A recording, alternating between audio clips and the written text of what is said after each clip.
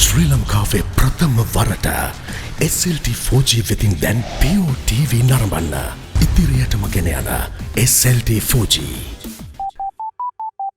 ලෙන්ගතුකම වැඩි කරගන්න ලව්ජු රුපියල් 50ට අඩු කළා. මාමේ එන්න අපිට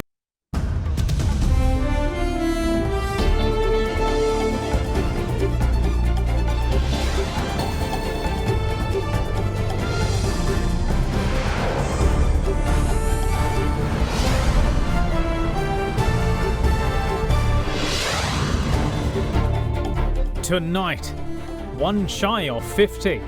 5 more leave hospital after making full recoveries from deadly COVID-19. Process explained. Government gives explanation on COVID-19 patients' treatment process. Doctors are doing their best to ensure that vital functions are maintained. Apart from that, there is no specific treatment developed for this COVID-19 for the time being. Praise and assistance. European Union praises Sri Lanka's impressive low number of COVID-19 cases while providing a €22 million grant to tackle the virus. Crackdown.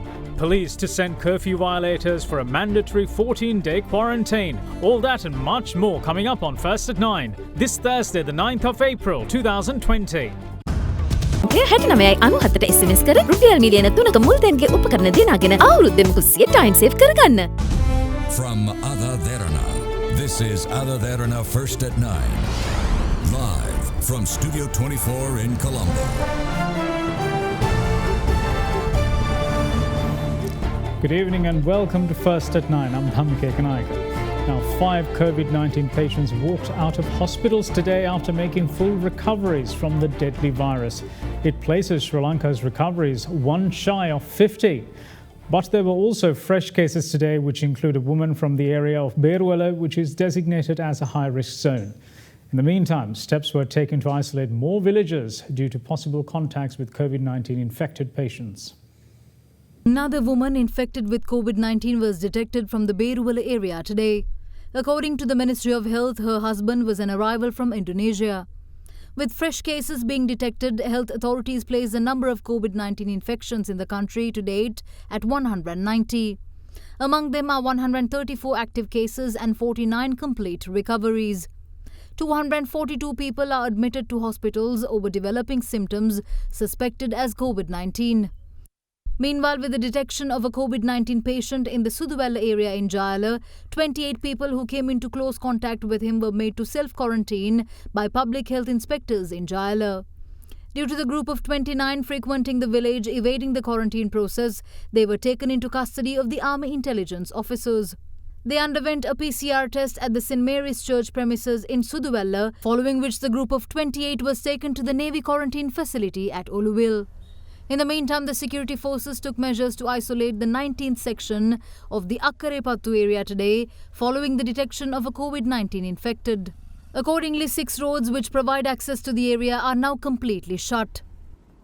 In the meantime, health authorities took steps to perform tests on the family members of the recently detected COVID-19 patient in Beruwala, who was an arrival from Indonesia. Tests were performed on 22 members of the family and were forwarded to the epidemiology unit. Meanwhile, 32 people who were kept under quarantine at the Kandakadu facility were released today. Among them were arrivals from Italy and South Korea, who landed in the country on the 10th of March. Due to most of their fellow boarders while in the respective countries being diagnosed with COVID-19, they were quarantined for 29 days.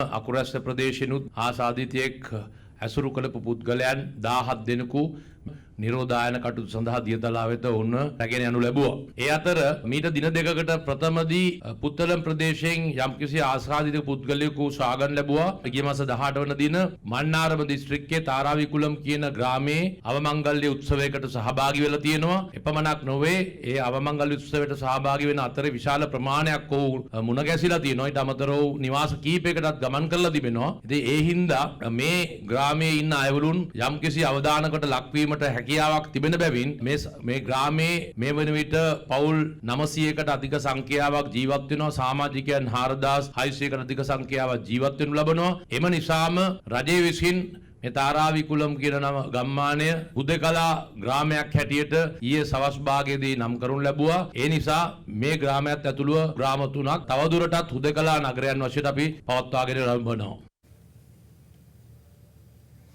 Now, the Cabinet's co-spokesperson, Dr. Ramesh Pathirana, today gave an explanation on the COVID-19 patient treatment process while reminding that there are no treatment for specific viral conditions. He said that the priority is to ensure that vital organs of patients stay functional.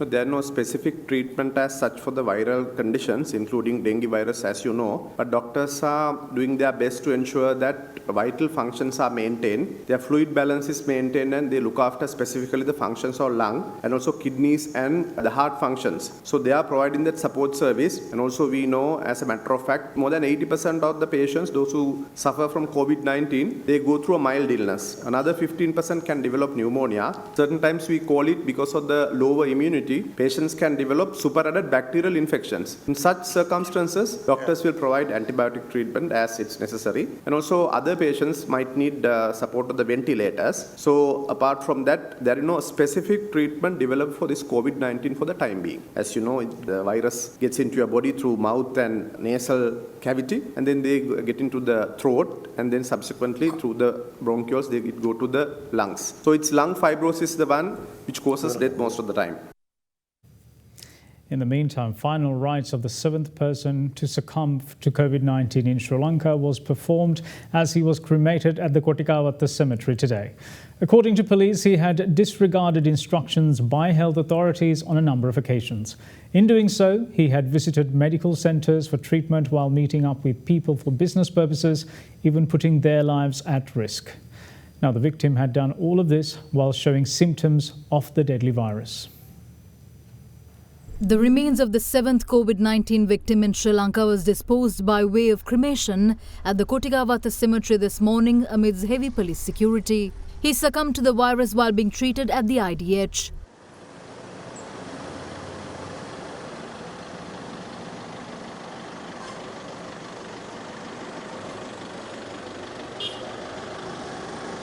Several relatives of the deceased also took part in performing the final rites.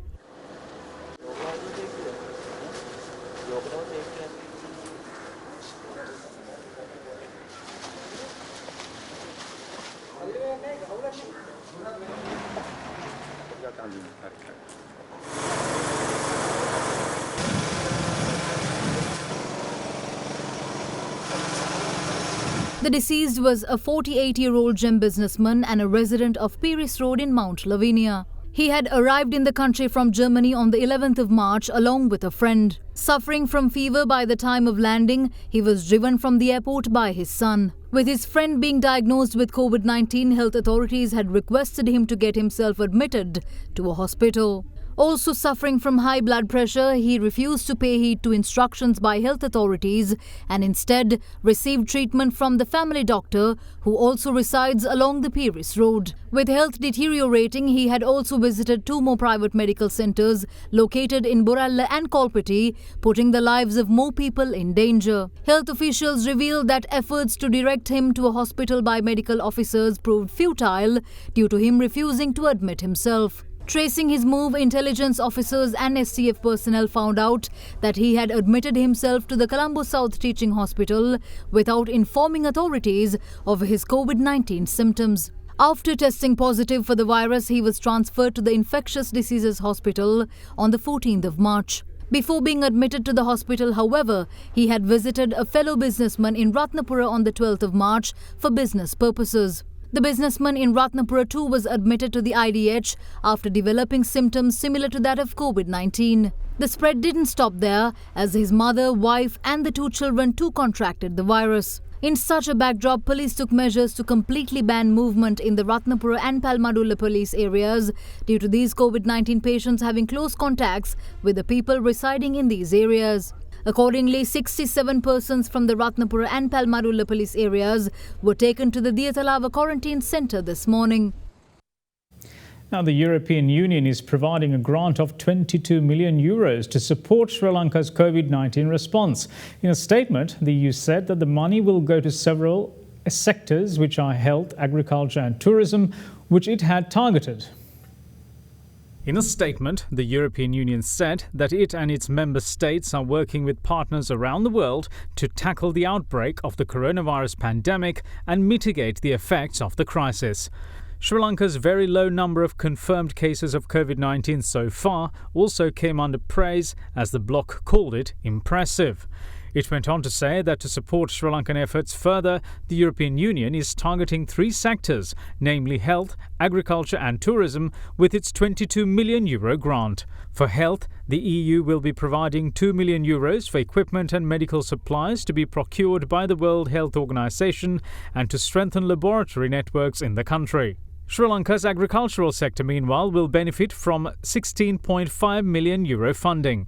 EU said that in these trying times, maintaining open trade and safeguarding the supply chains, especially agriculture and health supply chains, is essential to the well-being of the population. This funding will take into account the impact of COVID-19 by mobilizing more private capital in rural areas and by assisting small businesses and workers in the Uva and central provinces. Finally, the European Union will support the Sri Lankan tourism industry with a €3.5 million grant, in particular the smaller operators and their employees. Some of the assistance will be provided immediately and the rest will be delivered later in the year and will continue thereafter. The statement added that this was discussed during a meeting between EU delegation, the ambassadors of France, Germany, Italy, the Netherlands, Romania and chair of the task force Basil Rajpaksha yesterday, during which they also commended the government of Sri Lanka for the close cooperation in ensuring the safety and well-being of its citizens and European tourists. The prevailing curfew was temporarily lifted today from 6 a.m. to 4 p.m. in all districts except in areas designated as COVID-19 high-risk zones. Any manner of inter-district travel is completely prohibited, as the police warned that a 14-day mandatory quarantine awaits those who cross districts without curfew passes. The curfew was temporarily lifted at 6 a.m. today in all districts except in areas declared as high-risk zones, and it was reimposed at 4 p.m. in the evening. The curfew will be lifted at 6 a.m. on the 14th of April once more, while the districts of Colombo, Gampaha, Kalutara, Putlam, Kandy, Jaffna, as well as police areas of Ratnapura and Palmadulla, which are designated COVID-19 high-risk zones, will remain under curfew until further notice. While some people disregarded the health and safety protocols put in place, many people were seen adhering to them.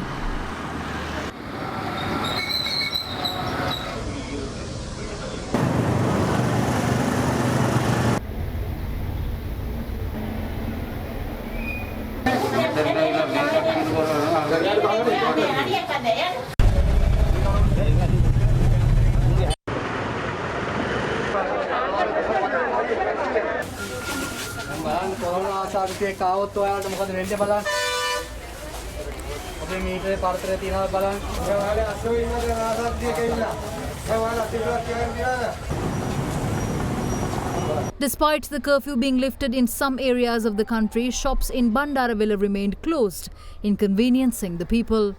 The vendors claimed that they closed their shops after receiving instructions from the town's mayor last night. Meanwhile, 3 persons transporting heroin via the Dungalpitiya lagoon to Negombo were apprehended by the Dungalpitiya police. While the police had taken 15 grams of heroin into custody, further investigations revealed that the boat used in the drug transportation is a stolen one. The suspects were produced before the Negombo magistrate and was ordered to be remanded until the 14th of April. Meanwhile, 4 people were taken into custody by the Kalpitiya police for excavating for ancient artifacts of historical value in a private land in Kalpitiya at Tala.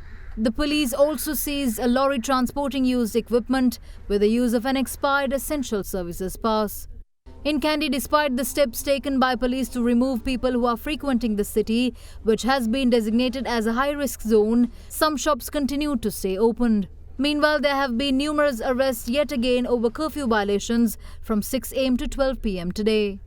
මෙම ඇදිරි නීතිය පටන් ගත්තේ 19 වෙනිදා එදා සිට අද දක්වා සැකකරුවන් 19000ක් පමණ අත්අඩංගුවටගෙන තිබෙනවා. අද දින පැය 24ක කාලය තුල සැකකරුවන් 1700කට ආසන්න ප්‍රමාණයක් අත්අඩංගුවටගෙන තිබෙනවා. විශේෂයෙන්ම හෙට දිනේ සිට යම් පුද්ගලයෙක් හෝ පුද්ගල කණ්ඩායමක් ඇදිරි නීති බලපත්‍රයක් නොමැතිව යම් දිස්ත්‍රික්කයකින් තවත් දිස්ත්‍රික්කයකට යාමට උත්සාහ කරනවා නම් එමත් නැත්නම් ඇදිරි නීති බලපත්‍රය අවභාවිතා කරමින් යම් දිස්ත්‍රික්කයකින් තව දිස්ත්‍රික්කයකට ගමන් කරන්න උත්සාහ කරනවා නම් එවැනි අය දින 14ක කාලයකට නිරෝධායන ක්‍රියාවලියකට යොමු කිරීමට කටයුතු කිරීමට අපි බලාපොරොත්තු වෙනවා. ඊට අමතරව ඔවුන්ට එරෙහිව අධිකරණයේ නඩු පැවරීමට කටයුතු කරනවා. We'll be back after this short break. Bear with us.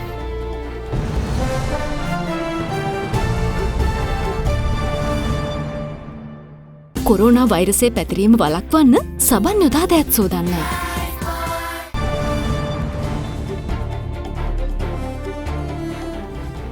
Welcome back. You're watching First at 9.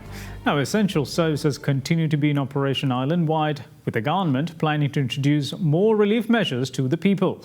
Grace periods are announced for the payment of electricity bills as well as traffic violation fines.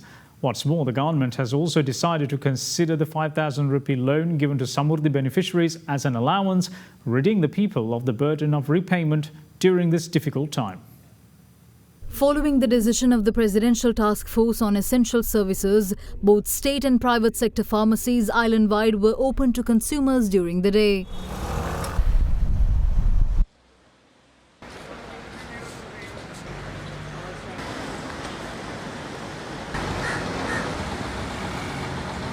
With that being the case, officials of the National Medicines Regulatory Authority made inspections on the pharmacies island-wide.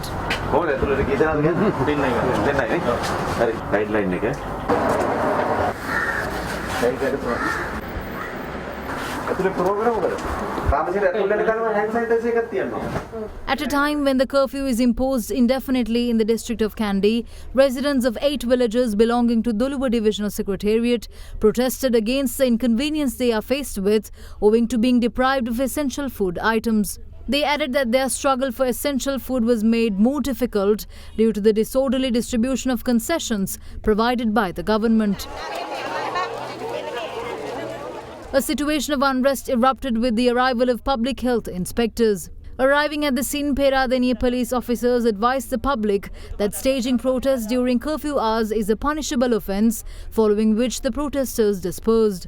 In the meantime, Chief Incumbent of Nimalarama Temple in Halbarava, Venerable Varayaye Samhita Thera began a cultivation program at the abandoned lands in the area in association with a group of youth. The Government Medical Officers Association meanwhile conducted a program to register inventors who invented machines to aid the fight against COVID-19. 40 inventors have so far registered under this program. Meanwhile, Dr. Vijaydas Rajapaksha also donated medical equipment to Minister of Health Pavitra Vanniyarachchi at the Health Ministry premises today. Elsewhere, Dudley Sirisena provided a building worth 50 million rupees located in Parakum Uyana of Polonnaruwa to the Polonnaruwa General Hospital towards accommodation to the health staff engaging in COVID-19 treatments.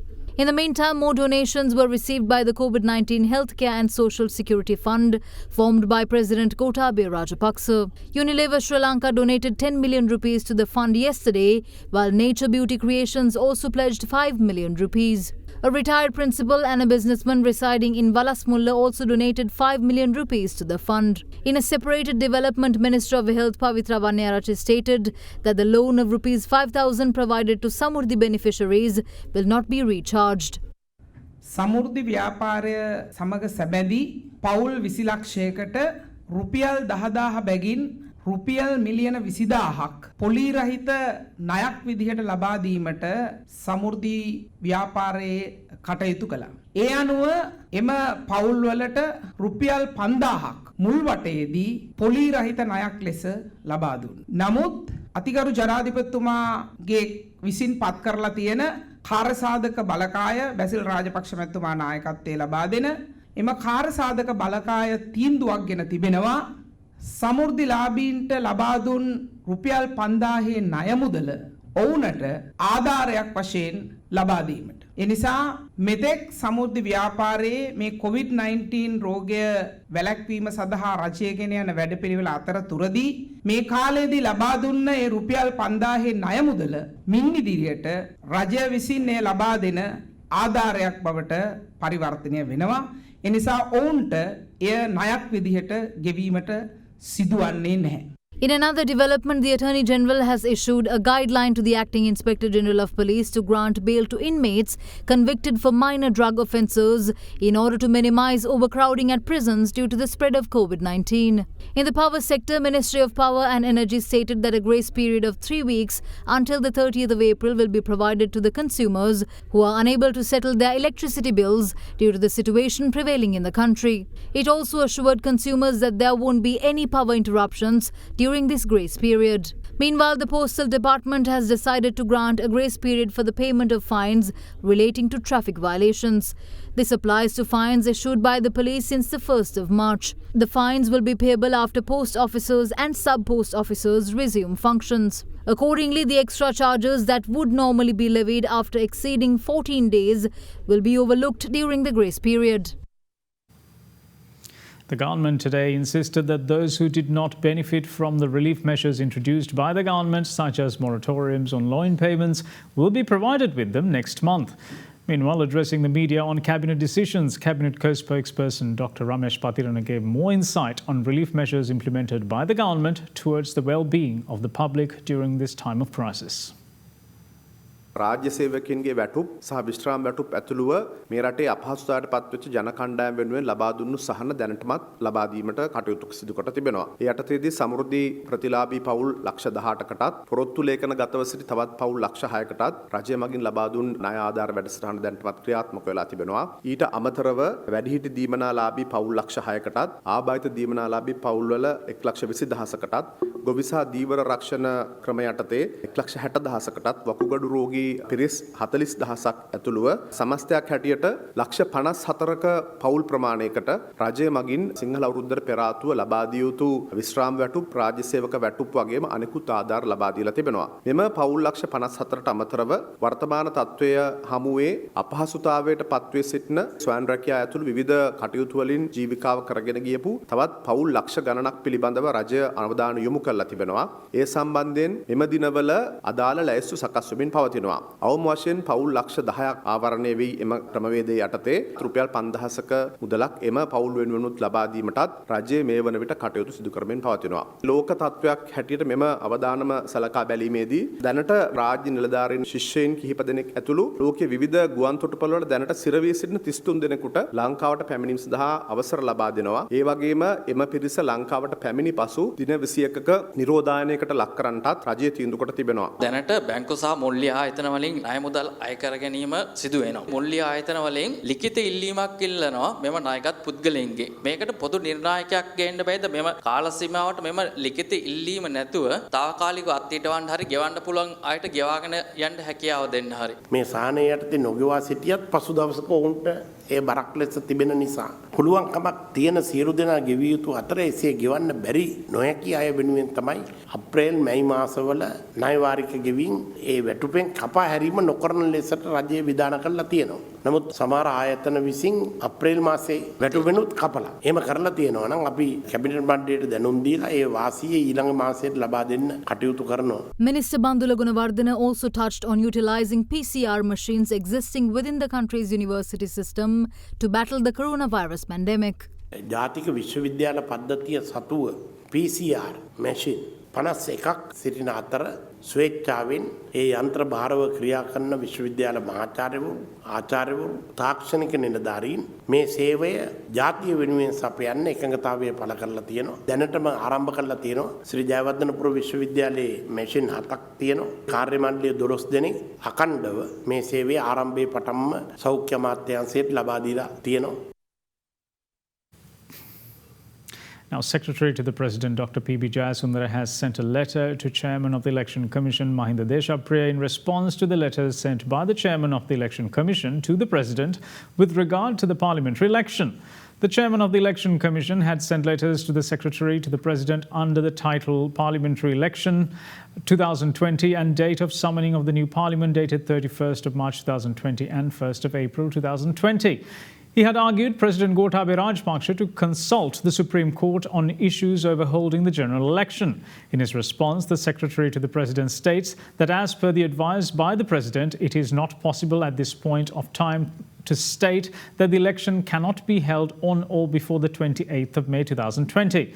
Dr. Jayasundara stresses, quote, "The date for fixing the polls is the responsibility of the Election Commission and His Excellency has no wish to interfere with the duties and obligations of the Election Commission," unquote.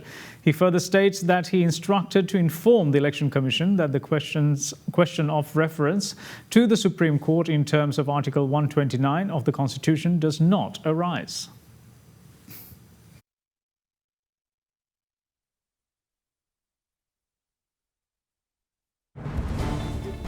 We'll see you again after this break. Stay tuned.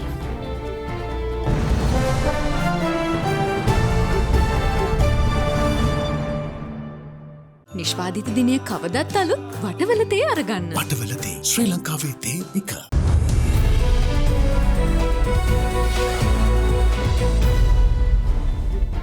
Welcome back. You're watching First at 9. Now, the Central Bank of Sri Lanka today highlighted the main features of the proposed special deposit account with an additional interest. Last week, the bank appealed to all Sri Lankans living here and abroad to consider depositing their savings and other funds in foreign currency within the Sri Lankan banking system.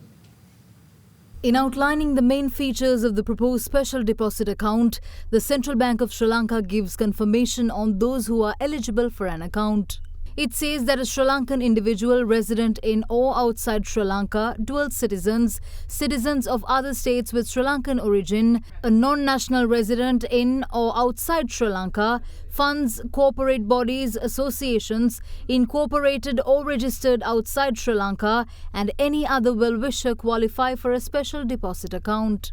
Those eligible persons who wish to deposit funds in Sri Lanka may open and maintain a special deposit account with any licensed commercial bank and national savings bank in Sri Lanka. The SDAs need to be opened with inward remittances through banking system during the 6 months period from the date of the relevant regulation. Any person who has an inward investment account or an account at the offshore banking unit with an authorized dealer in Sri Lanka can remit funds through the said accounts to the credit of SDA. Meanwhile, special features of the SDA include it being a fixed deposit with a minimum tenure of 6 months. It can be opened either in any designated foreign currency or Sri Lanka rupee and can be opened as a joint account. Under the benefits of the special deposit account, the central bank lists higher interest rate than the rate offered by the respective banks for normal fixed deposits payable at the maturity. For 6-month deposits, 1 percentage point per annum above the normal rate is applicable, while 12-month deposits, 2 percentage points per annum above the normal rate will be applied. The CBSL says that it is freely convertible and remittable outside Sri Lanka upon maturity. The special deposit account will also not be subject to any foreign exchange regulations published in Gazette Notification number 56 of 2045, dated 17th of November 2017. The central bank reiterates that this is an opportunity for patriotic Sri Lankans and well-wishers to support people living in Sri Lanka to assist during the COVID-19 outbreak. Now, Asian shares today rose on hopes the COVID-19 pandemic is nearing a peak and that governments would roll out more stimulus measures to support their economies, while expectations of a deal to cut oil production bolstered crude prices. MSCI's broadest index of Asia-Pacific shares outside Japan was up 0.9% following a strong Wall Street close. US stock futures were flat after bouncing in and out of positive territory. Shares in China, where the novel coronavirus first emerged late last year, rose 0.42%, while Australian shares were up 2.54%. The improved mood is seen extending to Europe, where Euro Stoxx 50 futures were up 0.85%. German DAX futures rose 1.04%, and FTSE futures gained 1.08%.